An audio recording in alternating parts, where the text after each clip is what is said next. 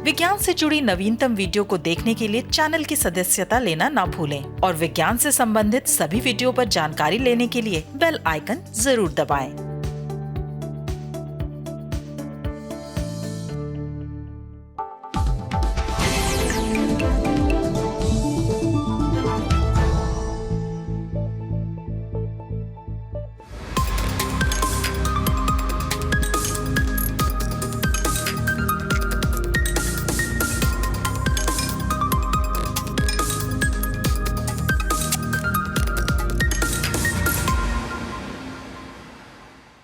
नमस्कार, स्वागत है आपका इंडिया साइंस के खास कार्यक्रम साइटेक में और आपके साथ मैं हूं शहनाज रजा। आज के एपिसोड में हम जानेंगे छींक के रोचक पहलू के बारे में और रूबरू होंगे नन्ही फुर्तीली हमिंग बर्ड के करतबों से। तो देर किस बात की, चलिए शुरू करते हैं आज का साइटेक। छींक आना एक समान प्रक्रिया है, हर कोई छींकता है, लेकिन इसकी वजह अलग अलग होती है। तकनीकी रूप से अगर हम इसे समझें तो ये अनैच्छिक क्रिया है जिसमें हवा फेफड़ों से होते हुए नाक से बाहर आती है। छींकने के बाद भले ही हम कई बार झेंप जाते हैं, लेकिन ये हमारे शरीर के लिए काफी फायदेमंद है। तो आइए आज छींक के विज्ञान को समझते हैं। सामान्य तौर पर हमें छींक तब आती है जब नाक के बाल बाहरी कणों को नहीं पकड़ पाते और ये नाक के अंदर म्यूकोसा को स्पर्श कर देते हैं। म्यूकोसा हमारी नाक के अंदर मौजूद नम ऊतक होते हैं। छींक एलर्जी या संक्रमण के कारण भी आती है। जैसे ही कोई बाहरी कण नाक में प्रवेश करता है, नाक के मार्ग पर मौजूद मोटर न्यूरॉन ट्राइजेमिनल नर्व के जरिए मस्तिष्क को संकेत भेजता है। बदले में मस्तिष्क प्रतिक्रिया करता है जो डायफ्राम, फेरिंक्स, लैरिंक्स, मुंह और चेहरे की मांसपेशियों में खिंचाव पैदा करता है। इस प्रक्रिया के दौरान हवा तेजी से फेफड़ों से बाहर निकलती है, लेकिन जैसा कि मुंह थोड़ा सा ही खुला होता है, इसलिए छींक नाक और मुंह दोनों से एक साथ बाहर निकलती है। सोते हुए छींक नहीं आती। इसका कारण है कि सोते वक्त मोटर न्यूरॉन दिमाग से सिग्नल लेना बंद कर देता है। हालांकि कोई बाहरी कण या संक्रमण नींद से जगा के छींक दिला सकता है। एक छींक स्थायी रूप से हृदय की धड़कन को बंद नहीं करती। लंबी सांस लेने की वजह से वेगस तंत्रिका उत्तेजित हो जाती है, जो हृदय की धड़कन को थोड़ा धीमा जरूर कर देती है, लेकिन इसका प्रभाव बहुत मामूली होता है। अगर तेज प्रकाश में आपको छींक आती है तो आप अकेले नहीं हैं। 18 से 35% लोग ऐसा महसूस करते हैं, जिसे फोटिक स्नीजिंग कहते हैं।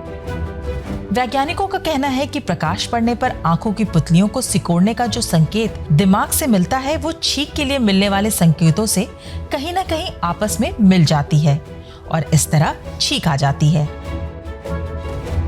ज्यादा प्रकाश में आने वाली इस छींक को एलर्जी नहीं मानना चाहिए। इन सब के अलावा लोग ठंड की वजह से भी छींकते हैं और कई लोग तब छींकते हैं जब वो अपनी आईब्रोज को निकाल रहे होते हैं।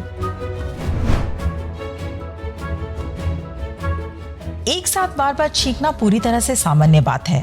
ऐसा इसलिए होता है क्योंकि बाहरी कण एक छींक के साथ बाहर नहीं निकलते, इसलिए और ज्यादा छींक की जरूरत होती है। एक बार आप कितनी बार छींकेंगे, ये अलग अलग लोगों और छींक के कारणों पर निर्भर करता है। केवल मनुष्य ही नहीं है जो छींकते हैं। स्तनधारी जैसे कि कुत्ते और बिल्ली भी छींकते हैं।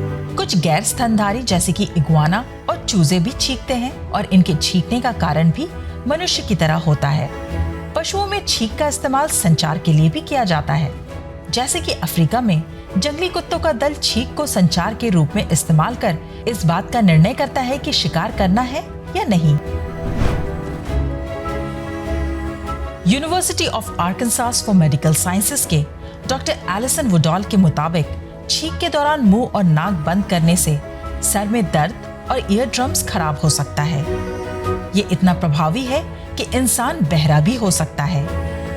छींक के दौरान दबाव इतना होता है कि ये यूस्टेशियन ट्यूब और मिडिल ईयर को भी प्रभावित कर सकता है। इतना ही नहीं, छींक रोकना आंखों की ब्लड वेसल्स और यहाँ तक कि दिमाग की ब्लड वेसल्स को भी कमजोर कर सकती है।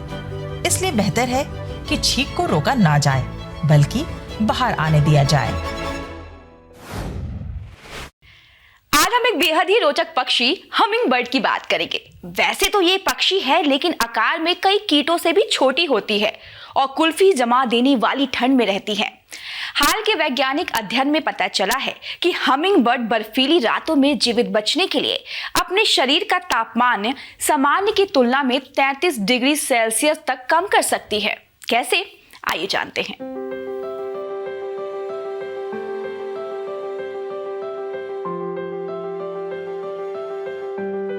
दक्षिण अमेरिका के ऊंचे एंडीज पर्वतों पर पाई जाने वाली हमिंग बर्ड की प्रजातियां वहां कुल्फी जमा देने वाली ठंड का सामना करती हैं। ये चिड़िया अत्यंत छोटे आकार की होती है, जिनका औसत वजन 4 ग्राम तक ही होता है। वहीं इनके अंडे कॉफी की बीज के बराबर होते हैं, लेकिन नन्ही और फुर्तीली हमिंग बर्ड की शारीरिक क्षमता को इनके आकार से नहीं आंका जा सकता है।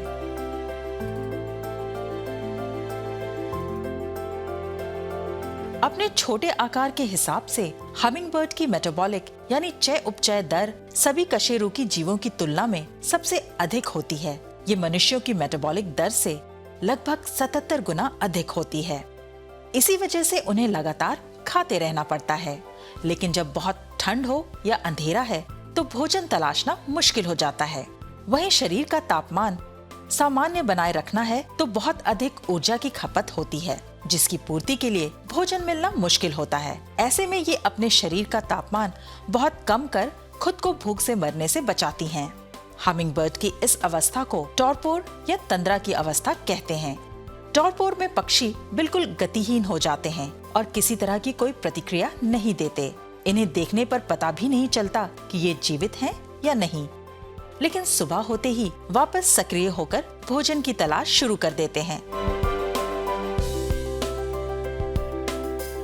अमेरिका के यूनिवर्सिटी ऑफ न्यू मैक्सिको के ब्लेयर वुल्फ और उनके साथी देखना चाहते थे कि इन ऊंचे स्थानों पर हमिंग बर्ड की विभिन्न प्रजातियां टॉरपोर अवस्था का कितना उपयोग करती हैं। इसके लिए उन्होंने मार्च 2015 में समुद्र तल से लगभग 3800 मीटर ऊपर पेरो एंडीज पर्वत से 6 विभिन्न प्रजातियों की 26 हमिंग बर्ड पकड़ी, जिनमें मेटालुरा फीब सबसे छोटी और पैटागोना गिगास सबसे बड़ी थी।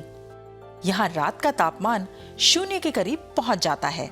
शोधकर्ताओं ने हर एक हमिंग बर्ड को कैंप के नजदीक एक छोटे दड़बे में रखा और उनके क्लोएका यानी मल त्यागने के मार्ग में एक तार फिट कर दिया। इस तार की मदद से उन्होंने पूरी रात पक्षियों के शरीर के तापमान पर नजर रखी।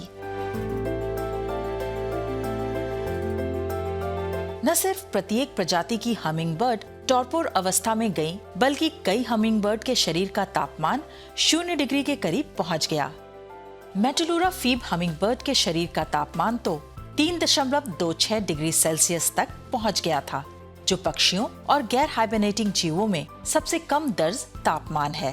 बायोलॉजी लेटर्स में प्रकाशित रिपोर्ट के मुताबिक टॉरपोर की अवस्था में हमिंग बर्ड्स के शरीर का तापमान सक्रिय अवस्था की तुलना में औसतन 26 डिग्री सेल्सियस घटता देखा गया, यानी ये औसतन 5 से 10 डिग्री सेल्सियस तक हो जाता है, जो कि वातावरण के तापमान के लगभग बराबर है। इससे उनकी चय उपचय दर 95% तक कम हो जाती है और शरीर को गर्म रखने और हृदय गति सामान्य बनाए रखने जैसे कामों में लगने वाली ऊर्जा की बचत होती है। सामान्यतः उड़ान के वक्त हमिंग बर्ड का हृदय 1 मिनट में 1000 से 1200 बार धड़कता है, लेकिन गहरे टॉरपोर अवस्था में ये 1 मिनट में महज 50 बार धड़कता है।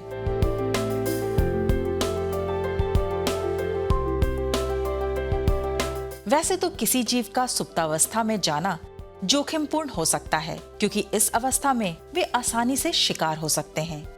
लेकिन ऊंचाई पर शिकारी अपेक्षाकृत कम होते हैं, तो शिकार बनने का खतरा भी कम होता है। तो ये था ठंड से बचने का हमिंग बर्ड का अनोखा तरीका। शोधकर्ता आगे देखना चाहते हैं कि हमिंग बर्ड अपने शरीर के तापमान को इतना कम कैसे कर लेती हैं।